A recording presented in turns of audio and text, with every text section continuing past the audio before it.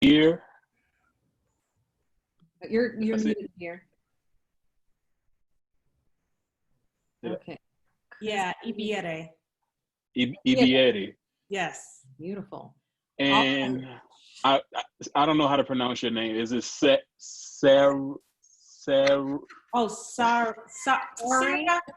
No, not you. I'm and messing Sarah. with Sarah. Okay. I know it's tough. It's tough. Yeah, it was tough. You know, it was the A after the R. I didn't know. When you don't see the H, it just throws people off. It threw me off. All right, we are live and our attendees are coming in as we speak. Thank you for being here. We are talking about tackling racism in the legal profession, and we have 6 very talented and willing speakers here to talk to you today, whether you are on Facebook. If you are on Facebook, go ahead and let us know you're there. I won't be able to moderate those comments, but Christy is in Facebook moderating those comments. And let us know where you're listening from. If you're here in Zoom, tell us where you are listening from here in Zoom and give us a hi. Lisa says, hi, Chris. Hey from Mississippi from Vicky. All right, we've got a bunch of people jumping on. Thanks for letting us know where you're from. As we get people coming in, let me do a little bit of housekeeping before we get started. Why I chose personally to do this webinar is because I saw what had happened. This was a couple months ago in our communities, and I just felt like with my platform, I had an opportunity to not send a message myself, but allow other people to have a platform. I got to tell you, as a woman who speaks in the legal circuits quite a bit, I rarely share the stage with a person of color. Hardly ever do I share the stage with another woman. I'm always one woman with a bunch of white men, and I just feel that's wrong and that we need to be hearing from more diverse voices. Having said that, let's also discuss who the webinar is for. It is not for these 6 people on the screen, and in some way it is, that they are here to be heard, but who this webinar is really for is for you, the audience members, and it may be uncomfortable at times, and invite you to look at that discomfort when it shows up and be with it. As a coach, I'm going to suggest that you be with it and check it out and stay and remain during this conversation and learn and take action. Those are the 2 things I really want. My husband was saying, what do you want out of this webinar? And I said, I want understanding to happen and I want action to happen. And so I'm actually going to give you a homework assignment at the end, my people who are watching. You know I would. And so that's who the webinar is for. It's for you watching to learn, not to speak. We're going to allow these 6 very amazing voices to speak today. Here's how it's going to go. These panelists are just going to speak, not in any particular order. I'm going to moderate with some questions. If you have questions that you would like answered, go ahead and post to us here in Zoom or in Facebook, something that you would like to acknowledge the panelists for. You can also do that. We'll get that to them. And that is all I'm going to do for the housekeeping. We're going to jump in right away and have our panelists introduce themselves by telling us who they are, where they're from, how long they've been practicing, what kind of law, and why they're here today, why they agreed to join us on the webinar. I'm just going to start to the left of my screen with Sara Williams. Sara, go ahead and introduce yourself. Hey, sorry, I am Sara Williams. I'm practicing in Birmingham, Alabama. I currently practice at the law firm of Alexander Shinara Personal Injury Lawyers. We are a 70 lawyer firm with offices throughout the Southeast and now Texas and Arkansas. I have spent the past 7 years of my career doing personal injury. Prior to that, I spent the first 7 years struggling as a plaintiff's lawyer in insurance defense firms.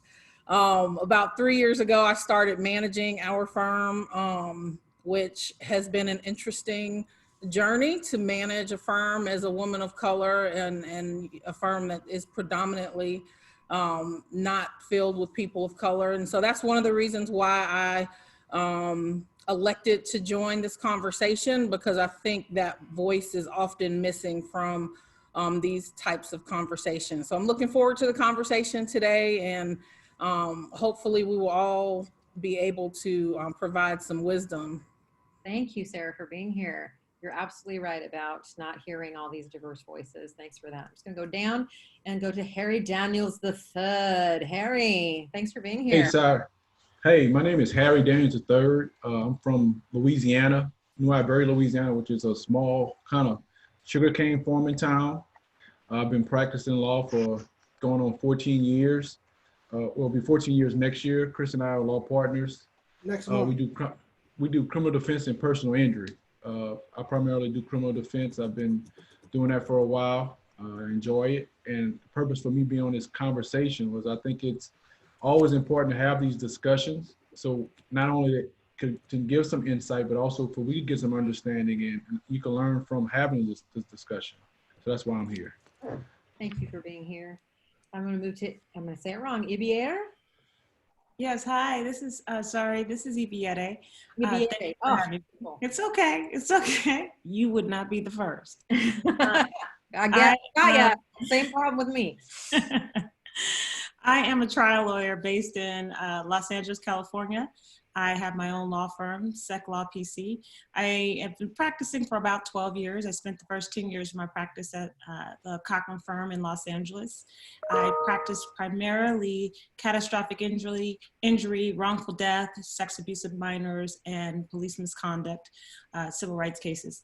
I also do a bit of criminal work. I've tried felony criminal trials, but essentially, I just try cases. You need a case tried, you can give me a call. I am here because I do think this is an important conversation. And just honestly, it's a conversation that I've been having as long as I think I've been able to understand or comprehend these issues. But I've just been having them privately with my family members at my kitchen table, more recently via text messages, and but not publicly. And I think it's important now that this is a public issue that is being discussed nationwide, really globally, that it's a good time to begin to talk about race and racism openly with anyone who is willing to engage in that conversation. That's the first reason. The second reason is because my good friend Sara Williams, I saw she was on the panel, and I said, anytime I see a woman of color who is going to say, I want to be a part of a conversation like this, she will not do it alone. And so I am here in support of Sara. And then I saw Loreal join, and I said, here, we have ourselves a crowd. I am happy to be here, and I'm looking forward to hearing the perspectives of my colleagues. Thank you so much for being here. Let's go down to Loreal. Am I saying that correct? Loreal, yeah. Loreal, okay. Hi, I'm Loreal Jackson. I'm from Franklin, Louisiana, which is a small town along the Bayou Teche. But I live here in Baton Rouge, and I am an associate at Daniels in Washington, so Harry and Chris are my bosses. I do primarily, I do primarily family and criminal cases, but I'm also a juvenile defender with the Public Defender's Office in Lafayette, Louisiana. I wanted to do this really because you all asked, because there was an interest in it, and I'm appreciative of that. The ability to be able to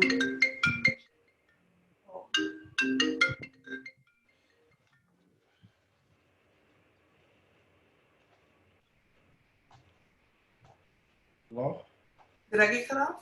No, you're here. You're here. We can see you. Yeah, we're waiting on you. She may have froze or something. It looks like she's a little frozen. Loreal, we'll be back to you, or unless you can hear us. Can you hear us, see us? I can't see you all. Well, we can see you. Slide up with 3 fingers. Oh, and I you got may it. have. Okay, there you are. Good. I'm sorry. Oh, now she's frozen. Wait. All right, we're gonna move to Brady, and we'll come back to Loreal when she's with us. Oh, there she is. Loreal, we're gonna leave you just a minute to kind of get your internet kind of stabilized. Let's go to Brady, and I'll come back in just a minute. Okay. Brady. Hey, my name's Brady Skinner III. I'm from New Orleans, Louisiana originally, but I've been in Baton Rouge for a while. I have my own practice, law office of Brady Skinner. I practice mostly criminal defense, some personal injury work. I was a public defender out in Calcasieu Parish in Lake Charles, Louisiana. for about 7 or 8 months. And I also did public defense for a couple years in Baton Rouge as a conflict attorney. So I'm on this panel because you know, I like having the tough conversations. You know, I kind of want to provide as much insight as I can and make myself available for anybody that has any questions, you know, and just, you know, give it to you straight up. Great, thank you for that. Loreal, did we miss anything there that you want to add? And make sure you're unmuted. There you go. Not really. Well, I don't know what you all got, but again, I'm appreciative, happy to be here, and glad that I had the opportunity to have this conversation publicly, a conversation that we've all been having privately. Great, thank you. Chris. Hey. Hey. Chris Washington. I am truly from a small town, Simmsport, Louisiana, population 2,000. The reason I wanted to be a part of this is, as some of the panelists know, I have kids. I have 6 boys and 1 girl, and I would love for them to live in a world that's better than the world we live in today. A lot of the issues that we're going to talk about, I've dealt with them personally, and I continue to deal with them, as do many of us, and I would like for my children to not have to deal with them, or at least not as often as we have had to. Sara, you and I have spoken or text previously on what we can do, and what we mean people that don't look like me, and what we can do is have people like you either understand or at least attempt to understand the problems we face. And if we can have people doing that, then we as a country, as a world, we can make progress. So I'm always up for any conversation that's gonna move us forward. Thank you for being here, all of you. And I'm going to pick up right there where Chris left off and throw this to the panel, and feel free to jump right in. But why is it so important to have this conversation? Why is it important to talk about race? I mean, we all know that racism is a problem, or do we? Why do we have to talk about it? I think because it's an uncomfortable conversation. I think it's something that we generally all shy away from. You know, so I think and a lot of times, you know, me as a Black attorney, if we talk about racism with other people, we may be perceived as playing the race card. So I think it's important to have this conversation to, I guess, give information to help people understand that, you know, we're not playing the race card. If race is an issue in a case, or race is an issue in the courtroom or in the profession, it's something that has to be addressed. And it shouldn't be perceived that we're playing the race card or anything like that. I don't even know what the race card is, really. I think it's something I don't just walk around with a card in my pocket and I can pull out and say, hey, race card. You know, I think I think that came out around the O.J. Simpson trial. You know, that kind of thing came out, the race card. So I think that's why it's important. And apparently. No, go ahead, Chris. I think when I think about why do we need to talk about racism is how do you address a problem if you don't talk about it? If somebody, compare it to cancer, if somebody has cancer and they just don't get scans, the cancer doesn't go away. So the racism is a cancer to us all, whether you're dishing it out or where you're on the receiving end. And if we don't deal with it, it never goes away. It just gets worse, or it lingers. And we have to talk about it to get to the point where we can actually do something about it. Just talking about it is the first step. So that's why we have to talk about it, because if we don't talk about it, we can't get to the point in time where we can make some actual, real positive changes. Thank you. Ladies, what do you think? Well, for me, it's important to talk about race because while some people will say, oh, you know, you guys put race in everything, like Harry was saying, putting the race card, race is involved in every aspect of anything involving people. Like, you know, be it health, be it education, be it anything in society, race is important. And so because of that, I think important that we talk about it and that we get comfortable talking about it. The more we talk about it, the more comfortable we will be. And yeah, that's it. Brady, you were going to talk earlier. I want to make sure I come back to you. Thanks, Lauren. Yeah, I think because it exists, you know, one of the things people always say, well, you know, let's talk about the elephant in the room. And like Loreal said, it exists in everything. If, you know, before I'm a male, I'm a black male. You know, it's something that's ingrained in society, how we classify people by race, you know, and the whole thing about whether or not someone sees color or not, I mean, it exists. So to say you don't see color is willful. It seems like willful ignorance of it, you know.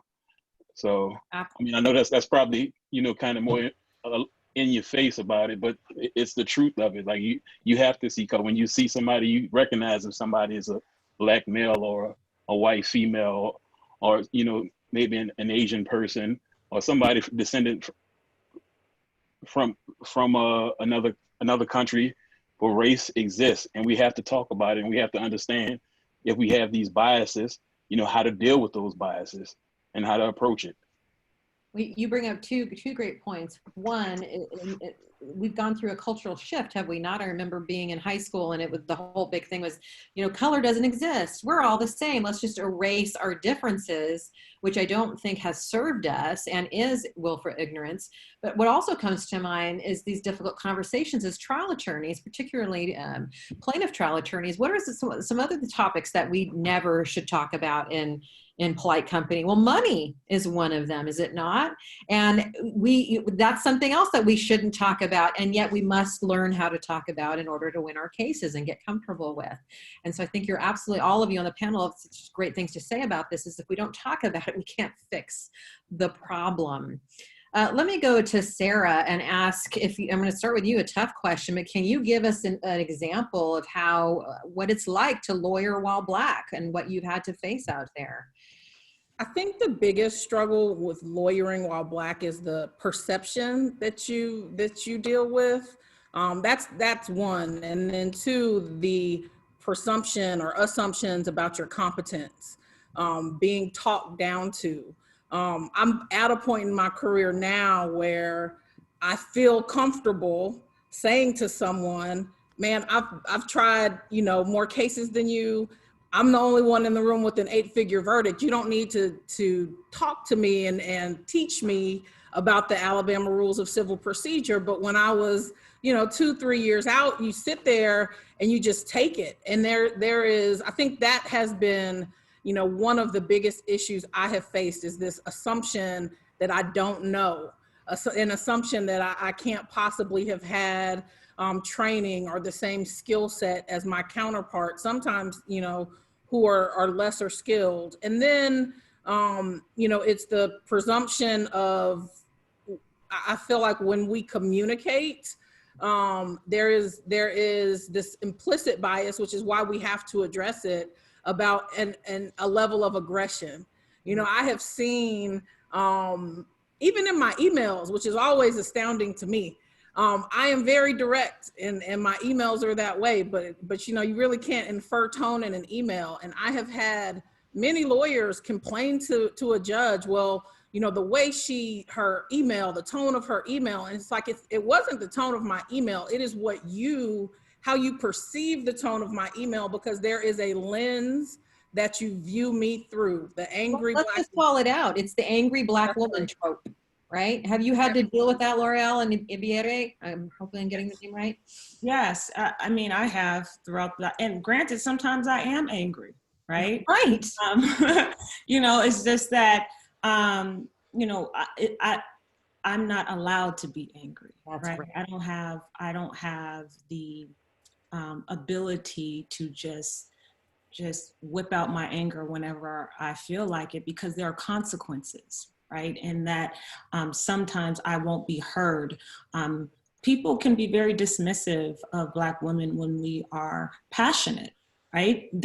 I consider it powerful for me to be able to communicate in the way that I communicate and to connect with people in the way that I connect with people. And the root of that is genuine emotion, right? It is something that I was born with.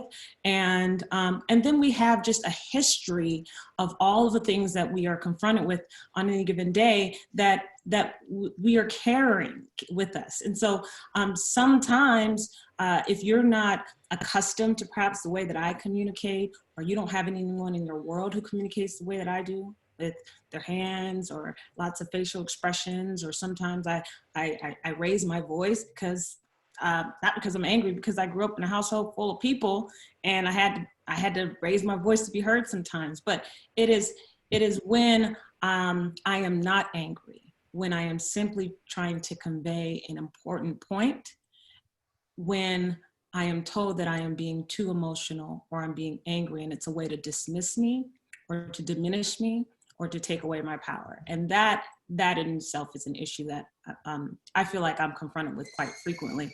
And then as far as lawyering is while Black, I mean, Black people make up only 5% of all lawyers in the United States of America. Think about that, 5%. And so when we enter into this profession, depending on where you live, I imagine in the country, it might even be smaller. I'm fortunate to live in Los Angeles, where there are a lot more attorneys of color, but generally that's not the case. You're walking into spaces where you are the minority.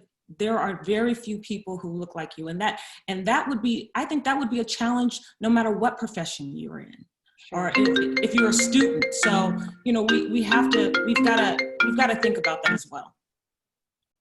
Yes, for sure. And, you know, it made me think just this morning, I was teaching my small group class about the 2 ingredients of a great teacher are command and passion. And the things that we need is to have voice inflection and range. And this is what I think a lot of people don't get, is the very things that I'm teaching, that most of us are teaching trial attorneys to do, you are being punished for. Yeah. That's what's so huge here. I think this is what people need to get, is that, you know, we struggle with doing this anyway, doing all the things we need to do as trial attorneys, and there's extra burden because there's already this lens that you're being viewed through. Well, and not just punished for, sorry, I have found it's almost like trained out of you. I was just gonna say, how are you managing this? Because that's it is almost, I spent some time obviously at insurance defense firms, and they're like, no, you know, your closing argument needs to be more well-reasoned, and you need to, you know, sound this way and this way. And I'm like, well, that's not authentic. And luckily I came from a trial advocacy program and I just rejected it, and obviously ended up here because that didn't work for me. But I think many of our colleagues end up stifling themselves, which then ends up with a departure from the legal profession that we're seeing, because you can only stifle yourself for so long, right? Before you're just unhappy and you got to get out of there. And that's another reason why I think it's important for us to have the conversation, because I'm hoping, you know, in our attendees, there are some folks who are in management, you know, have associates who they're mentoring, who, and they can recognize that maybe in themselves. Am I asking this person to stifle who they are? And if you are, you got to cut it out. right. And this is exactly what my work is all about, which is be yourself, become vulnerable, you know, get yourself out there, and just imagine when already that's difficult, and then we have these added burdens. Who wants to speak to that how you're managing this, or who on the panel, I would say, has felt they've had to stifle who they are through their career in order to not be punished, reprimanded, whatever the case may be? Well, I think, you know, I've had trials where, you know, judges say, you know, I'm too aggressive, or, you know, that's real, you know, you're being real argumentative and aggressive. And I'm not real, you know, I don't like confrontation, what is trial work? Trial work is, you know, one side against the other side. So a lot of times, you know, you find yourself in a position where you kind of have to, I guess, simplify it and pull back a little bit, just because you want the best result for your client. And you know, and you may leave out, you may be furious that you had to do it because you don't feel like you could do your best job, you know, not being your true self. So a lot of times you have to pull back on it. because a lot of times Chris and I try a lot of cases. Chris may say, hey, you're going too far, because he's reading the judge's body language that I may be pressing too far, or doing something that he sees the judge, about to interject, although the other side isn't interjecting it. Yeah, it just hitting me right now that so much of the advice that I give would be laughable in some of your situations, because it literally means whether or not your client gets a fair trial. This is really hitting me right now about how this plays out. Chris or Brady or Loreal, you want to speak to that, or should we move to another question? What I was just about to say is that I had the opportunity to be with Chris and Harry on the case.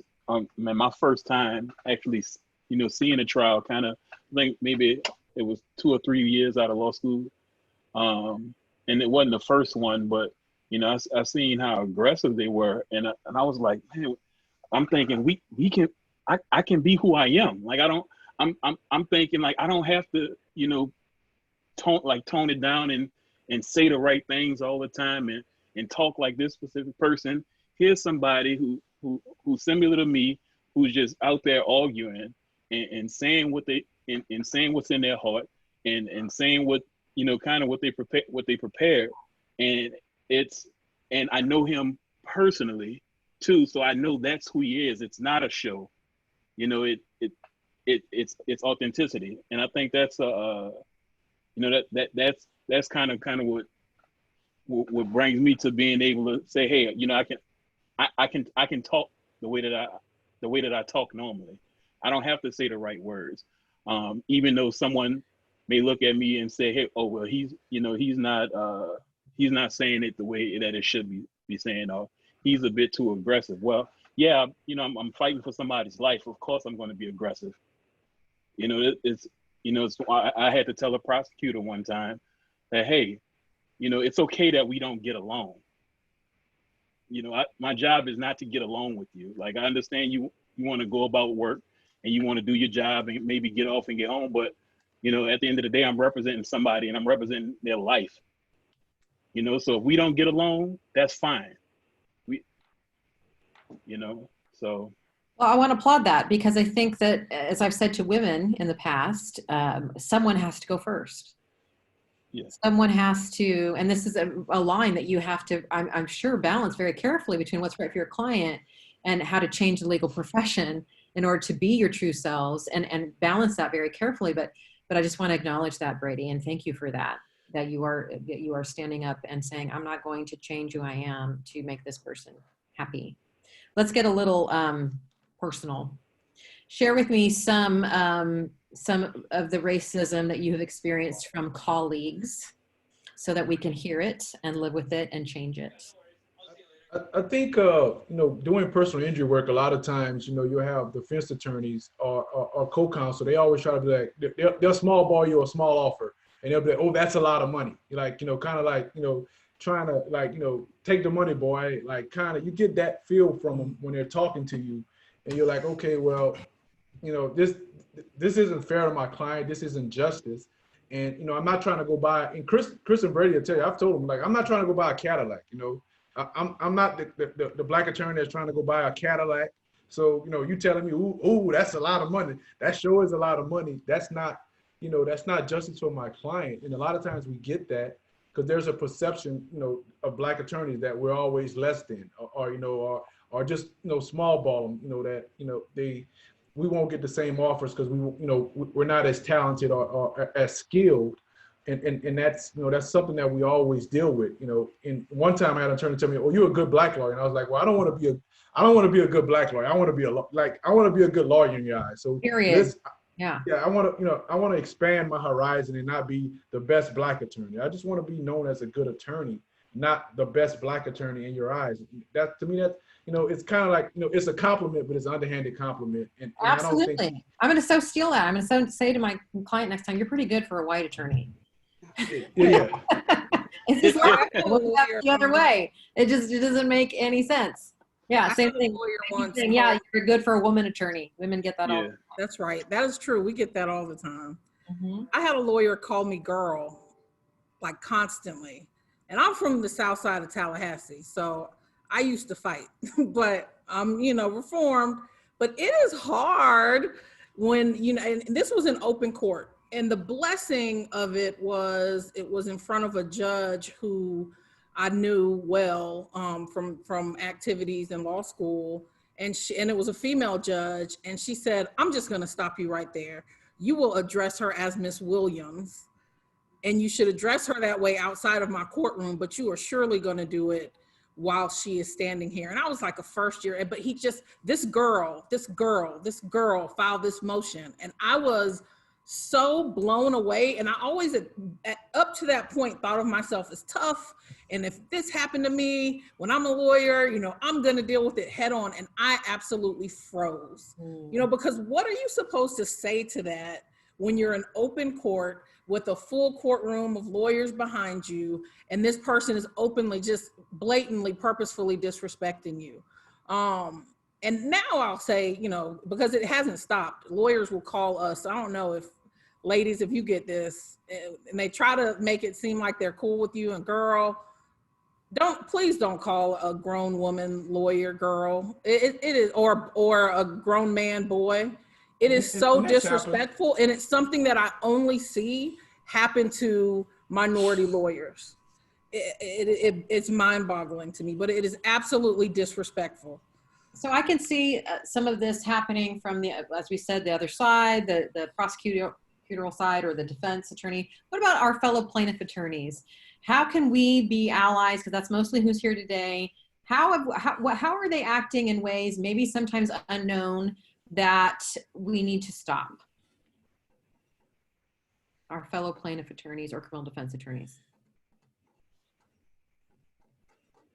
I think they have to, you know, if somebody else, you have to be willing to step out on a limb. Or if somebody does something offensive to a minority attorney, whether it's a female or African American, it's, you know, they have to be willing to stand up and say, hey, you know, you shouldn't do that, or that's unfair.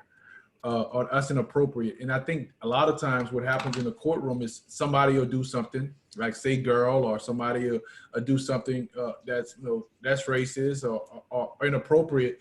And a lot of times they just sit around, like, you know, well, I don't want to tell the court reporter this, or I don't want to, you know, the court reporter said something offensive, or this other attorney did something offensive. You have to just stand up and say, hey, you know, that you know, nah, that's not okay. Yeah. Because a lot of times we have to just take it. We have to just take it. Like, you know, we don't want to be the person that says something about it, because then, you know, we're the angry black man or the angry black woman. You'll be punished, or more importantly, your client will be punished. You got it. I have an example. Harry and I have always gone to a lot of CLEs all over the country, and I'm always saying there's very few people that look like me. I remember going to one in Las Vegas a couple of years ago, and it was me and one black female lawyer. But a classic example, sorry, I was at a CLE in New Orleans. We were having lunch. People that in the CLE were having lunch on one of the rooftops of one of these hotels. And it was a hot day, it's Louisiana. And I'm the only black guy sitting at the table, and it's hot. So one of the guys says, you must be really hot with your skin being that dark. So now, me being where I'm from and how I grew up, but for the profession I'm in, I would have reacted much. A side of me he would never even know exists. But the problem was that there were several people at the table who obviously were bothered by his comment, but nobody said anything to him. Nobody.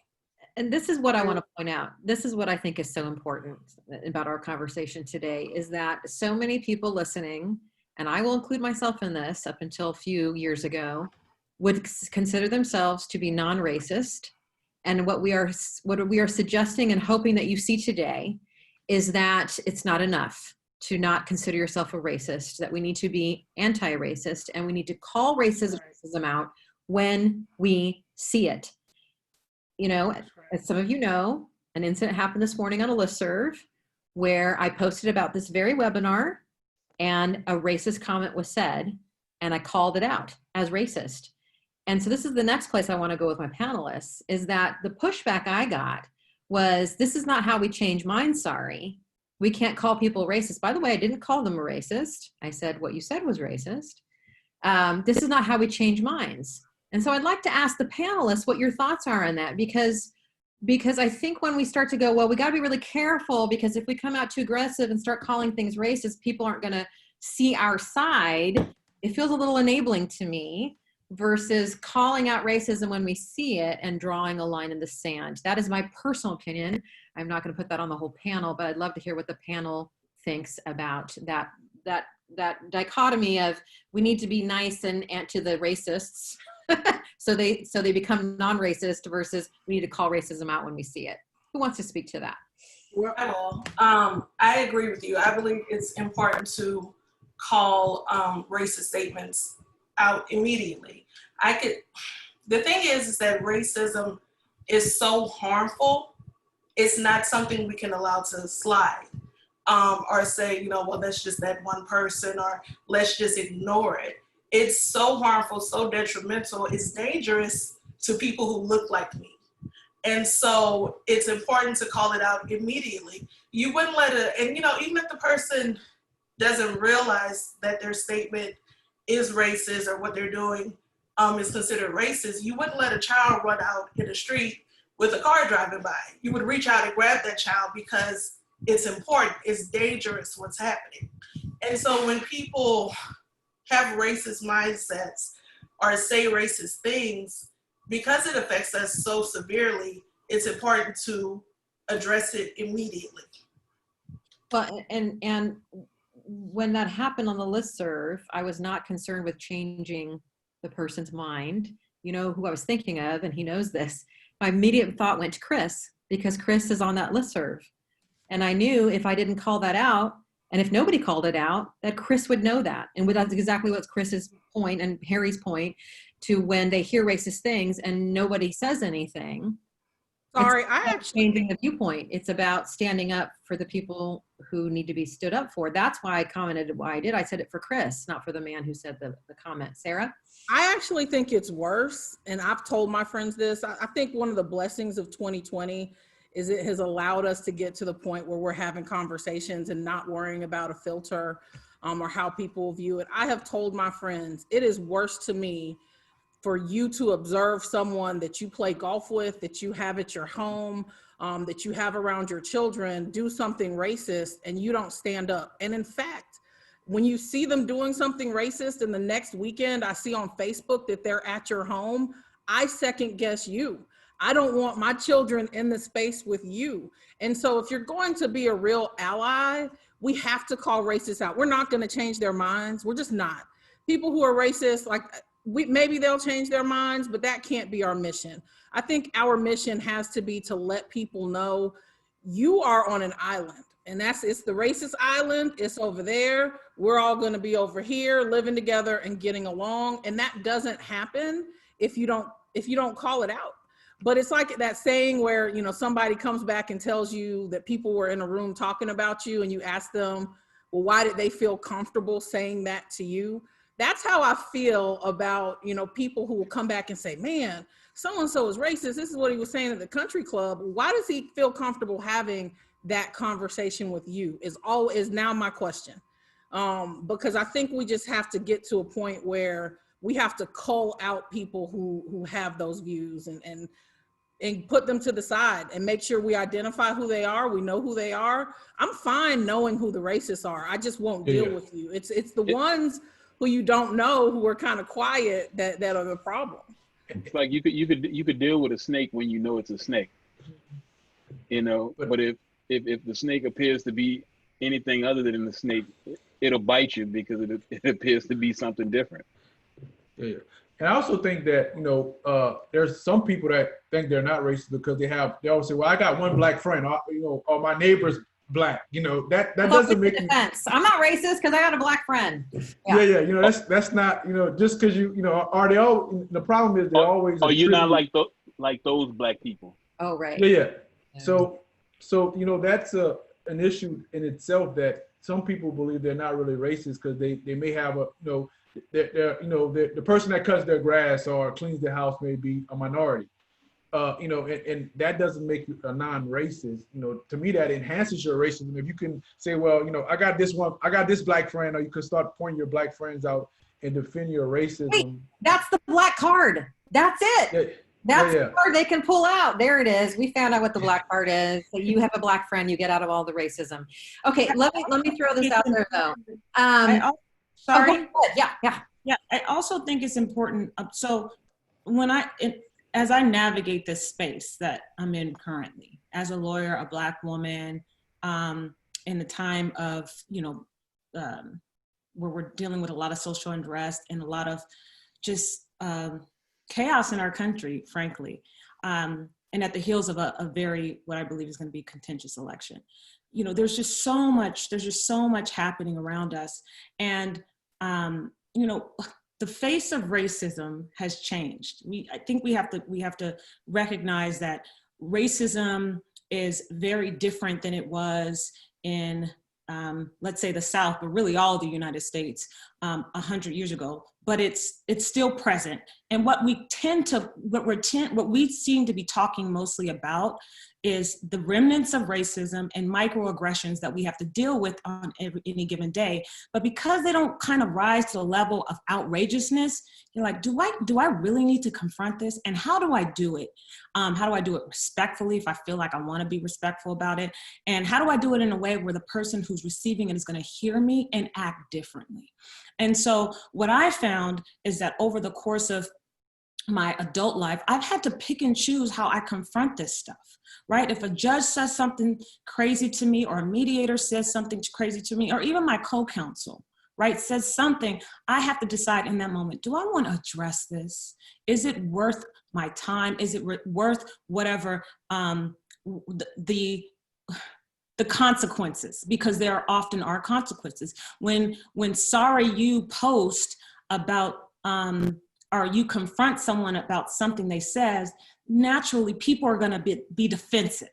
And then there'll be some people who come to that person's defense. And then there'll be people who attack you. And there's a lot that comes with it. And you have to be prepared for it.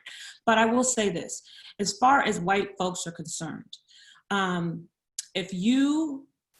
believe that you are in the best position, better than me. You are in the best position to call out racism, racist actions, microaggressions than I am in any setting, especially if they're your people. If it's your brother, your uncle, your cousin, your coworker, if it's our mutual friend, the way you confront that issue is going to speak volumes. One, and it might possibly be received a little bit better. You are in a position where you can. I've seen it happen time and time again.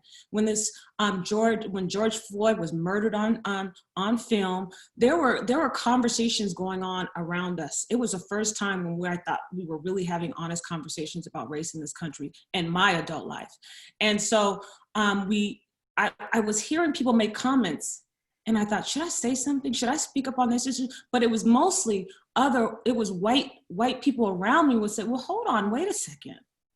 You're not looking at this issue the way that I think you should. And then that's when I started to see more dialogue. Mm-hmm. Whereas if I felt like it was coming from me, that person would immediately feel attacked. Are you calling me racist? And people hate being called racist. Then you have to distinguish. No, I'm not calling you a racist. Your statement is racist. Well, my statement is not racist because I'm not racist. And exactly it's like, what happened today. Here we go. And where do you go from there? Here's what it is. This is not your problem. This is our problem. And we got to fix this shit. I mean, I'm sorry, but that's how this is. It is not your job, people here are panelists, to fix this shit. It's our problem. We did this. And I think you have two great points there. Is that the first one is that we're waiting for it to reach a certain level. Oh, they used the N-word, or they said something really horrendous, like, but it rarely is that today, isn't it? I mean, that's exactly such a good point. So when these little things happen, like the thing in the listserv today, we let it slide. We go, well, they're just conservative. Well, they're just whatever, and so that's a huge point. And second, that we will face consequences, but not so as much as our friends of color will face. And it is on us. Now, I want to ask, and I want you to speak to this, panelists. I think white people, allies, your allies, are afraid. of doing this wrong. And so I would like to have you speak to that. I tell you, I was nervous coming on today. I'm like, what if I say something wrong? What if I ask the wrong question? What if I accidentally do something wrong? We will let you know.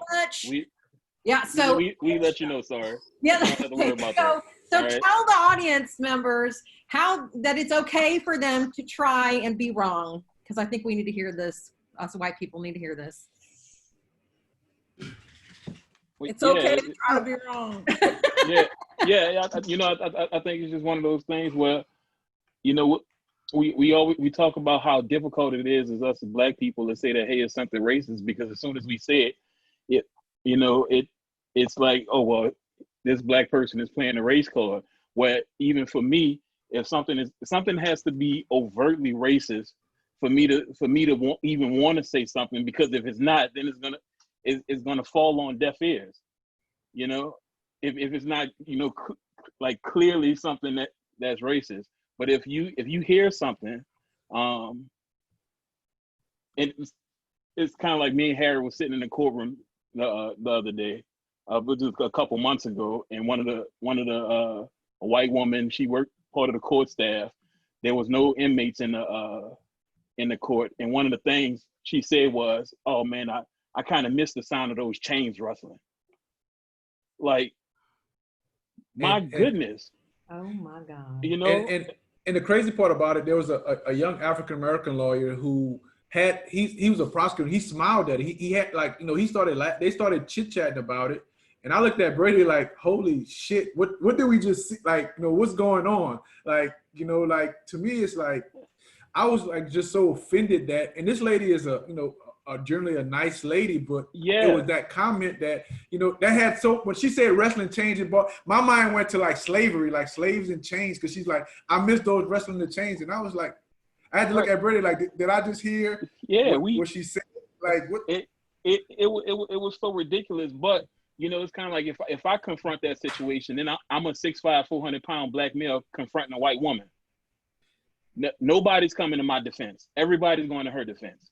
And that's the truth of the matter. And there are consequences, Brady. Yes. Right? Yes. And if I do decide to say something, well, you know, she didn't mean it that way. You know, Consequences it wasn't the intent, but yeah, consequences that hurt my client. Mm-hmm. Well, and I want to make a distinction here, because on this piece of, you know, whether it's worth saying something or not.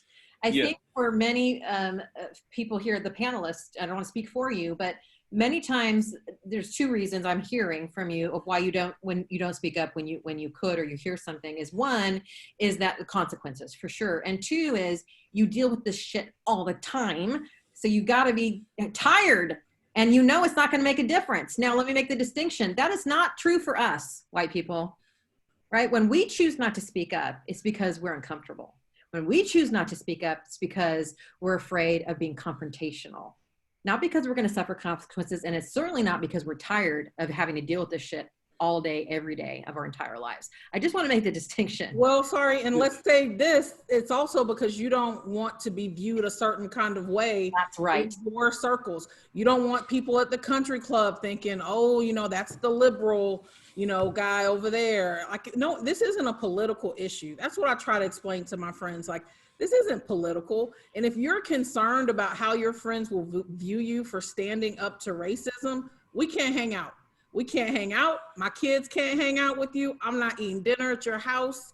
You can't walk in my office, call me on the phone. Like, I don't want you in my space, you know, because that is, if you're more worried about your community's perception. And for me in the South, I think that is a huge hindrance. If I speak up, how are they going to view me in those circles that I reside in? That's right. Yeah, I think, you know, especially in the South, like most Chris, Brady, and Loreal, I won't go past a certain part of Louisiana because, you know, I've been escorted out of town, you know, after a court hearing by police officers, or getting pulled over because I was representing an African American that was perceived the bad Negro causing trouble in the town on some high profile cases. So, you know, that in itself is, we always have to factor in, I got stopped by the cops like, hey, were you the black guy causing trouble in court today? And I'm like, no, that wasn't me. You know, like you got the wrong guy. Like, you know, like let me go. It was the only other black guy you saw in the courtroom. Yeah, you know, it wasn't me. I wasn't that black guy, you know. So, he doesn't have glasses. Yeah. So you know, it's always, we have to always try to find this perfect balance, because we don't want to be perceived as, you know, always, and it gets tiring because you don't want to, you know, you got to pick and choose your fights, you know, and if we constantly fight every battle, home too. and yeah, you do. So, you know, when you get home, you're upset about it, because I'm thinking to myself, I should have told that mother, you know, like I'm thinking all the stuff I should have told him when he said, you know, boy, you know, or you know, because I've been called a boy in court. Like, you know, my mentor was a white guy, and one day a prosecutor called me and said, "Yeah, you're Jim's boy," and I'm like, "Nah, he has all daughters, you know, he doesn't have a boy, you know." But it's I guess it's taxing on you. Absolutely. So I was saying to Chris earlier, because he said, I saw that on the listserv, and I didn't say anything because what's there to say? I'm so disappointed. And I told Chris, I said, it's not your job. You rest. Let us take this on. This is our job. We talk about how so much of being a trial attorney is so taxing. I can't imagine the extra burden that you carry just with all of this shit. So we know now, as white people and allies, that we can call out racism when we see it, and it does not have to get to a certain level. Call it out when you see it. What else can we do to support you? Invite your colleagues. So I think that the thing that is a difference maker for careers is to be like Aaron Burr and Hamilton, right? You got to be in the room. Mm-hmm. And one of the things that I have realized when I started managing this firm and having access to the rooms where the stuff really goes down, right? We're at the conferences sitting in the CLE, right? All the brown lawyers sitting in the CLE learning, and then all the meetings are happening, you know, in the back. Invite your friend, if this is your friend, to those meetings. Provide the access. You know, we have the skill sets, but a lot of what we do in this profession is about who you know and what circles you're in and what you have access to. Invite someone to speak on a panel, and not the diversity panel, okay? Yeah. Invite them to speak on invite them to speak on opening statements. You know, I was in a room once and I said, "Hey y'all, it's the last year I'm coming and speaking on a diversity panel. I killer cross-examination here. Y'all can invite me for anything else, but it's the last year." Sarah. Nice. I haven't heard from Loreal or Chris for a while. What do you guys say? What can we do to support you?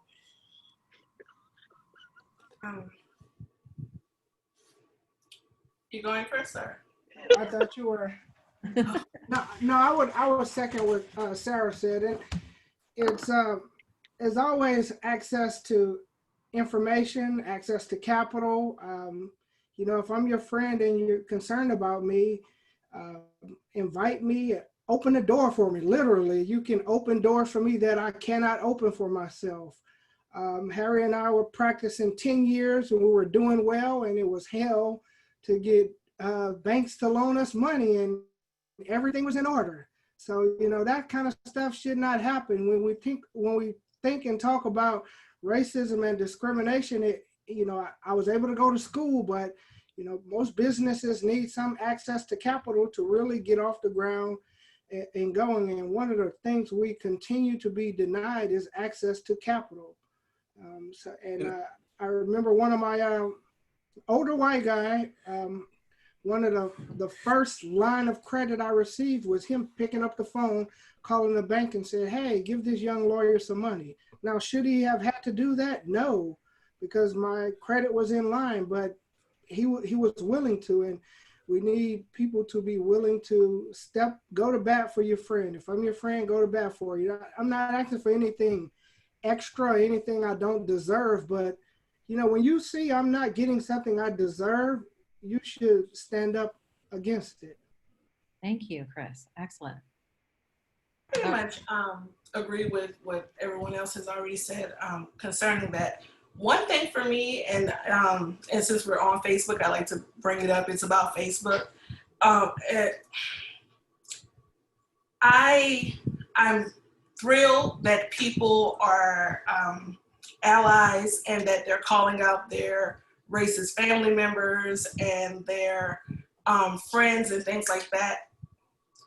it's tiring having to see it all the time. And not so much the calling out, but like, let's say, sorry, that you posted something and someone comes and makes a racist comment, and like, instead of maybe getting rid of that person, whereas I might going back and forth, and then me being subjected to a long thread of all these horribly racist things. Yes. And so I'm not even sure if it's something like it's your duty. You know, I can't control who you're friends with or anything like that. But I think if I disagreed with someone that much on something so important like race, I probably wouldn't consider them a friend and wouldn't want to interact with them. Agreed. So I think when you, and I'm saying you white people, when you continue to engage, the white person in the room, yeah, when you continue to engage these people, you are subjecting, you know, your Black friends and colleagues to having to see this stuff, you know, and we already see it. We can't avoid it. Like, I wake up in the morning and you don't see it, you live it. Right, I live it. Because they become trolls, right? They're trolling. They're not trying to understand it.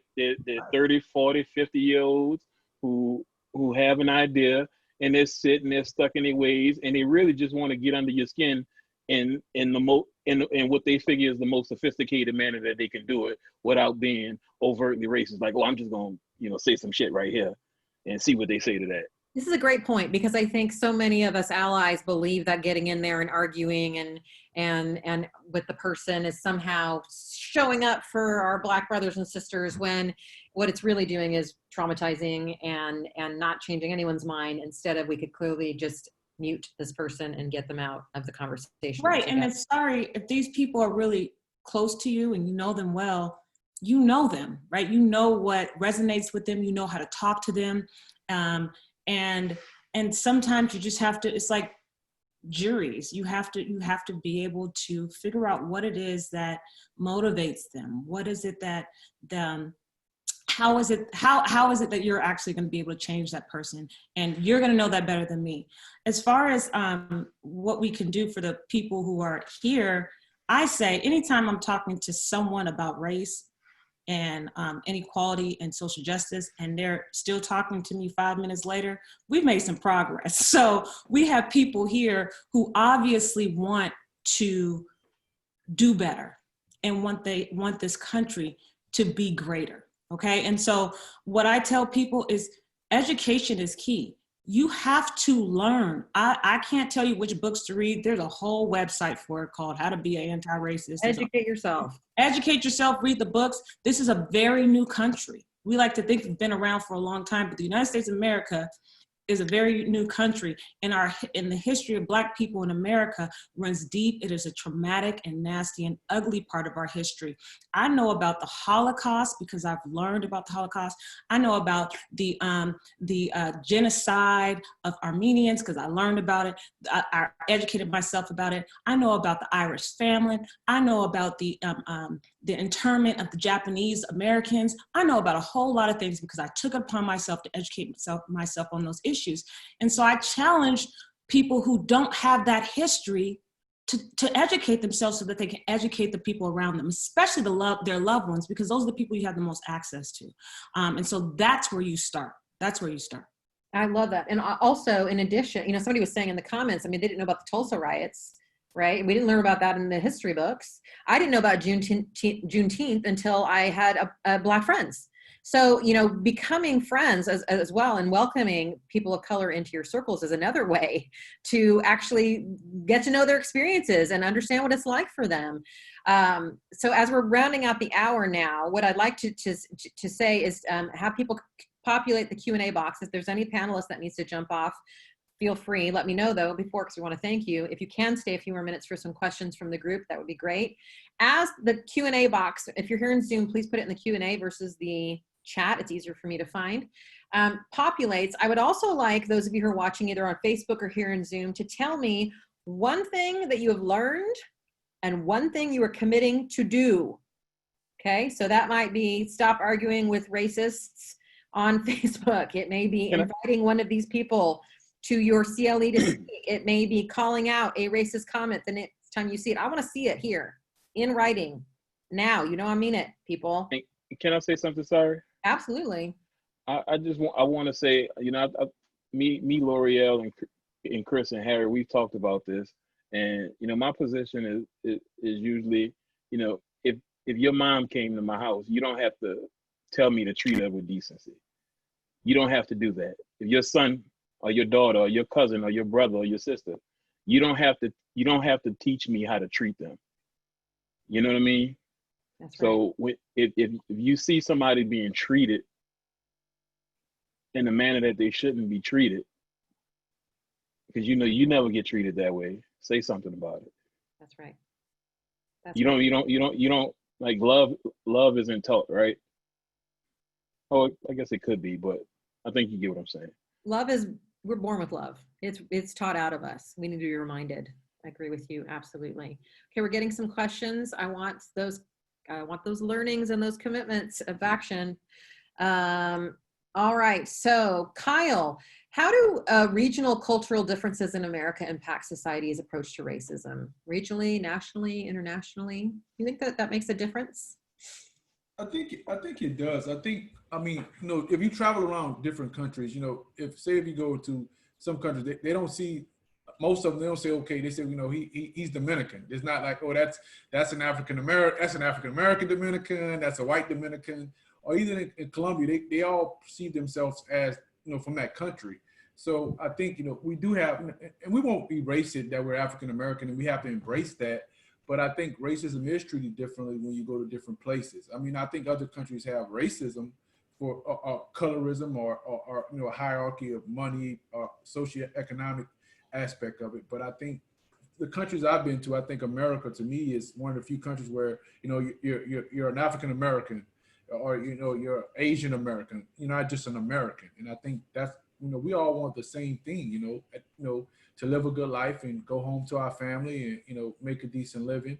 But we're not all treated the same. So I think it is, and I think it's much different in the South, because, you know, most people in the South, I always tell people, you know, if it's an older individual and he's like, let's say 65 or 70, a Black person in the South couldn't even look at him in his eyes until, you know, when he was 18 or 19 or maybe even 15. So in the South, especially, you know, you have that still those beliefs and those feelings that, you know, Black people are less than, because, you know, we had the civil rights and stuff in the 60s, but that didn't really, that's still kind of lacking here in the South. Yeah, and I would say we have that in the South, but then we also have this intellectualism, you know, this, you know, I'm educated here in the northern parts, right? And so therefore, how can I be racist? I think it also stops us here from really examining our own implicit bias, because it's the cool thing to be inclusive, and yet we still hold biased views and racist views. And so I think that also gets in our way, regardless of where we are in the country. It just, there's always these walls that stop us from looking at ourselves. We're getting some great comments, by the way, you guys, of what people are committing to doing, committing to weeding out the racists as they out themselves. I will invite a Black attorney to my next Zoom presentation on medical illustration. I will unfriend my unfriendly white jerks. I will talk, taking away that I will need to talk with my friends of color, stand up for them, intervene for them. I pledge to do more of this, making a point to look forward to opportunities to do this. Another one, if I see someone being racist toward another, I won't stay quiet. This is very wonderful. I'm glad to be seeing this. Another question, vulnerability is a quality that many people respond to with sympathy. Does vulnerability help with racism? Panelists? Whose vulnerability? Nice, like it. Because again, as a Black woman, Black people, we often don't get the opportunity to be vulnerable. When we are vulnerable, and share of ourselves or how we're feeling, again, we're complaining.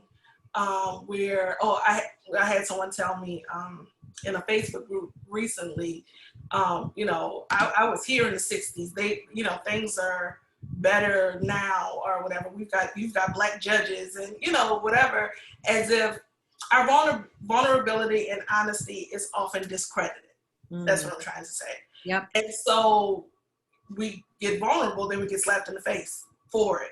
And I think the vulnerability, I love when your question, who should be vulnerable? I think the vulnerability we're looking for here is on our part, to be wrong, to attempt, to get it wrong, to be corrected. Brady has made himself my corrector. He said he will do that for me. So to be open and vulnerable to that, to get it wrong, to have the conversations, to learn, not to expect that our Black colleagues are there to educate us, but that when we do something wrong, that at least we're trying and that we will correct. Yeah, get it wrong. At least I can see that you care. Yes. Right. Like, you can get it wrong all day. I went to undergrad at LSU, so there's probably even less of a Black people than what's in the general population. I'm pretty sure of that. But I would always tell my friends, and even now to this day, it's like, I don't expect you to understand what it's like to grow up as a poor young Black boy and my life experiences. But if you're going to be vulnerable, that means you're going to open yourself up to try to understand. And I don't give a damn if you get it wrong if I know you care. If you show me you don't care, then we have a problem. Chris. Michael Conley is asking, I think this is a great question. Can you share some examples of microaggressions that might not be obvious to some 60-year-old white guy, speaking of himself? Touching our hair, making comments like, oh, I didn't recognize you, you got a different hairdo. Making comments about our body. It's a very odd thing. I feel like, I think it is historically, Black people's bodies did not really belong to them, and there's just this sense that we can comment on them and touch us. And say that Chris must be really hot because he's got black skin. That's right. When I bought I'll give you an example, and this might not be micro, this might be medium. But when I bought my first house, there was a white guy living next door, and he came, introduced himself. He was real nice, and he was like, I never thought I would live next door to I said, a Black person? He was like, yeah. And me and this guy, we got along, and I say, the thing about it, this is what I told him. I said, there's some things you were taught as a kid that were messed up. There are some things I was taught as a kid that was messed up. But I say, if you look over there, you see my son and your son, they get along just fine. And things will improve as long as we don't teach them some of the things we were taught. So I said, the reality is I want the same thing you want. I want a nice home in a peaceful neighborhood to raise my children. And that was that. But honestly, he didn't think anything was wrong with his comment. Truthfully, it was from his heart. He really felt that it was okay to say that. Yeah, I think of, bless his heart, whatever you think of Biden, but when he was vice president and he called Obama he's a clean, Black, articulate Black man. That's probably more than a micro, but I think people try to say these complimentary things that are actually addressed. Or smart, or I hear that a lot. Oh, she's smart. Well, damn, she's been practicing for 25 years. You're prepared. Yeah, he's articulate, she's articulate, as if that's exceptional for a Black person. That's one of the worst. I have so many examples. Oh, she's classy. What does that mean? Or she keeps such a good home. Or the other end is like, we're offering a lot of money. That's a lot of money for someone from where she's from. Or another person. Well, I'm not sure if a jury's really gonna like. Are they going to really like that person? Well, why not? They've been injured. What is it that makes you uncomfortable about that person? You have to start listening to what people are saying and ask yourself, why are they saying it about that person individual? And if you were just to change out the color, would it sound odd or foreign for someone to add that particular adjective? Right? And then you start to understand like, oh, a lot of it is rooted in just implicit bias, stereotypes, just a history of what we've all been enduring here in the country. And we kind of have to unwrap that and start using the right language so we can educate each other on those issues. And I also think a lot of colleagues, and Chris and Brady know this, when I was a young lawyer, I used to get brought on a lot of cases just because they wanted a Black guy at the table. And so I think that, our colleagues have to, like we talked about earlier, open doors. You just don't want to have a black friend or a black attorney on your team. Let us be involved. We have the skills to be involved, but a lot of times that's what you get. And I did when I was a young lawyer, maybe first 5 years in, but until I started saying, hey, well, I want to be involved in the case. I don't want to just sit at the table anymore. That's kind You of don't want to just carry your law book around and look like a black lawyer. So so it was kind of like it's crazy, yeah. As if black jurors won't see through that. Right. Yeah. But I'm saying, but that happens. It's kind of like almost like some attorneys, if there's a rape case or something, they'll bring a woman, female at the table just to have her there, not involved. So that's a form of that's it's racist to think that we're just going to blend this black guy, just have him sit here, and we're going to fool the jury or the judge to say, hey, we have one too, and I'm sorry, like, so the defense brought on the black guy, then the state's brought on the black guy, and it's kind of like the black guys are not involved in the case, or the women not involved in the case, they're just at the table, which I don't mean to lie, it's just so ridiculous. It's just so ridiculous, and I just adore all of you, and thank you for putting up with this bullshit. Not that you have a choice. Oh my God. Thank you so much. I did want to raise one issue, and I was thinking about bringing it up, but someone in the comments actually raised it. It was Cecilia Garza, and the idea of like, dealing with both sexism and racism as women of color. And it's a theory called intersectionality. And if you're interested in educating yourself on these issues, there is a whole theory on intersectionality when you are confronted with systems of discrimination that at the same time. So it being both Black and as a woman, or being both a woman and Asian, or a woman and Latina. When you conflate those two, it gets to become even more complicated. But that is intersectionality. It was there's a whole theory. Check it out. Kimberly Kershaw, UCLA, African American Policy Forum. Important issues to learn about, and you will learn more about microaggressions when you start looking into those issues as well. And please go and pay for these things from the people of color who are presenting them. It doesn't always have to be free. I think I see that a lot with my friends of color who they're always, isn't this free? Why are you charging for that? And it's just because their time is valuable. So when you go and you start to educate yourself, pay the damn fee, buy the damn book. Don't expect to be educated for free on these issues. One of the things I don't even know if this is microaggression, but I'm pretty sure everybody on this call has been confused for their client at least once before. Actually, I was going to say that, yeah. Yeah, whether it's by the prosecutor or defense counsel. And Brady, I don't even practice criminal law, and I've been confused for the criminal defendant. I'm like, I'm in here in a suit on a Friday, Right. Like, I'm wearing a suit. Most of my clients, I like them, but they don't come to court in suits. Right. Yeah. So I got this suit on. You like defendants supposed to, it's like, no, I'm a lawyer, like you.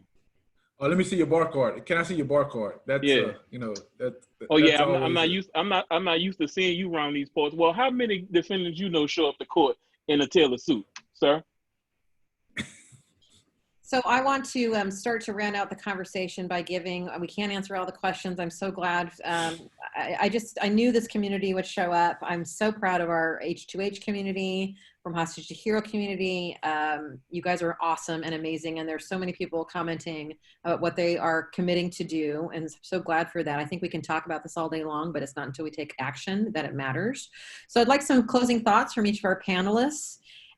Before we go, and if those of you who are listening, if you would like to send your panelists a message from yourself, you can do that here in the chat, and we will send that along to them. So who would like to start our closing comments?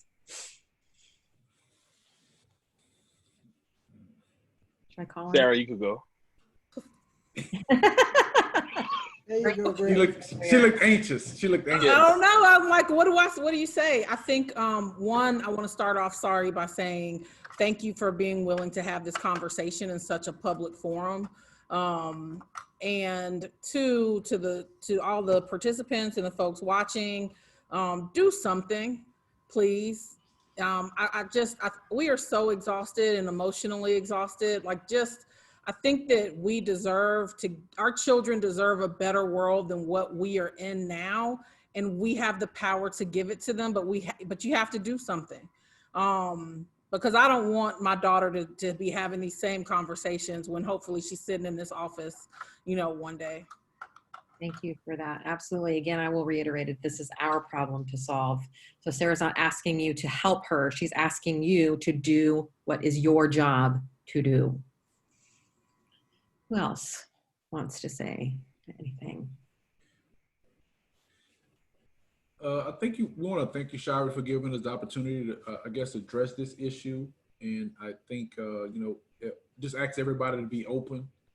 And if you can take anything from it, just know that, you can make a difference if you stand up and say something about it. We're not asking you to, go out and do much, but if you see it and hear it, it doesn't take a lot to stand up and say something about it, because we don't always want to be the angry Black person in the courtroom or on the emails or that sort of thing. So we just, stand up for us if you can.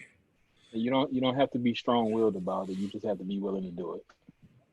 Thank you. And we get why you're angry. We get it.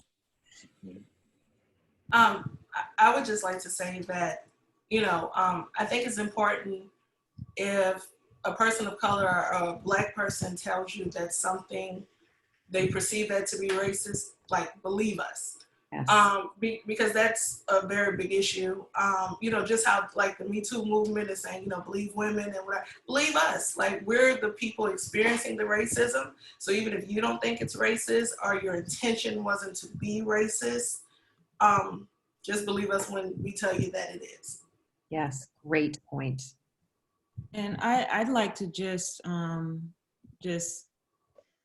thank my co-panelists. I think it's really important, especially during these times, to just convene and to just feel as though we're part of a larger community. So I'm just really happy just to be in this space with you all. And then also to thank the folks that have attended. I think it's important that you are involved in these conversations, but specifically want to shout out the many attorneys of color out there who I know are having difficulty right now. Is challenging, and just know that you are not alone in this process. We are all struggling a bit. It's a time of both grief and hope. They can coexist, but it's challenging, but we do have a community where we can support each other. And thank you, Sari, for offering up this platform, because it's yours and you're sharing it, and that speaks volumes. So thank you for that. Thank you. Chris or Brady? All right. Well, Sara, I want to thank you for bringing us all together here for this. Like I said, I don't expect white people to get it, but I do expect people that care, white people that care, to go out and educate themselves and help us address these problems, because the problems are massive. I was on Facebook talking to some guys I'm friends with, white attorneys out of Lafayette recently, and I didn't even realize, I had to think about, I've had so many negative experiences with police or white people in general, especially in groups where I'm one of a handful of people that look like me. And, these problems can only be addressed by people who are knowledgeable about the problems. I do believe there's a lot of white people who have lived in their bubble who are truly not racist, but have not educated themselves on the subject matter so they can stand with us, stand for us. Because if we do it by ourselves, we're like the boy crying wolf. But if you learn about the problems and how deep they run, then you can address them for us and with us. So I appreciate everybody that's listening in. I don't know if you got much from this other than the fact that go out there and learn, because the information is available to all of us more than ever, and we can really make some strides and fix a lot of the problems we face in this country. I truly want my kids. I tell people I have 6 boys, and my oldest one is 17. I just bought him a car. He works at a grocery store, and I never thought I would be the scared parent of how he's gonna arrive home every night, but I am. That's me, and I don't know how and he is the most mild-mannered, respectable child you would ever meet. I shouldn't be afraid like I would be with my 13-year-old when he starts driving. But and Brady and Harry know they know what I mean. My 13-year-old, he's a rascal. But you know, I don't want to be living in fear for my children. And then my daughter, I have one daughter who she will tell anybody who listens that she is my favorite child, and she's gonna grow up being a Black female, and she's going to deal with even more significant issues probably than my sons will.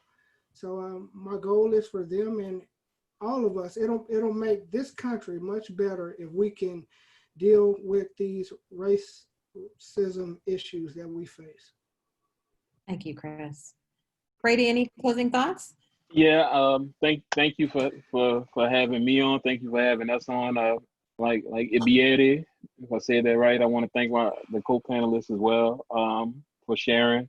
I think that one of the big things is, you know, so often what we say, because we're not in these circles, fall on deaf ears because, you know, quite frankly, we're not respected by some of these people. You know, and that's the honest truth about it. And if you're on this webinar, and you have friends like this in your circle, to whatever degree, they respect you. So you have their ear, you know, and whether or not they listen, that's up to them or not. But, you know, I guess I implore on you to, you know, to call them out when you hear something racist, when you believe something may be racist. Hey, you know, call them out on it, because they're not going to listen to us at all, but they will listen to you, because they care about you. Thank you. Thank you for thanking me, but I've done nothing. This is easy. This is nothing compared to what your lives are and the things you have to deal with in this legal profession. So I did this, and it was easy, and it was wonderful to be with you. So my thanks is to you, and my thanks is to the audience, and to the From Hostage to Hero community, which I adore and I knew would show up for this. I'm going to further ask those of you to post in From Hostage to Hero what you ended up doing, what you're reading, what you're learning. Let's keep the conversation going. Let's not make this a one-time event. Let's bring these panelists back to teach us about trial skills. I commit to that. Let's continue to have more conversations, make more connections, and support each other in this crazy world of trial law. And we've got each other here in the From Hostage to Hero community. Thank you so much for being here to my panelists. It's just really, you're tired and exhausted, and still you showed up for us. Thank you for that. Thank you so much. Thank you for all of you who showed up. All right, everybody, have a great rest of your afternoon. Thanks so much. Take care. Bye-bye. Bye-bye.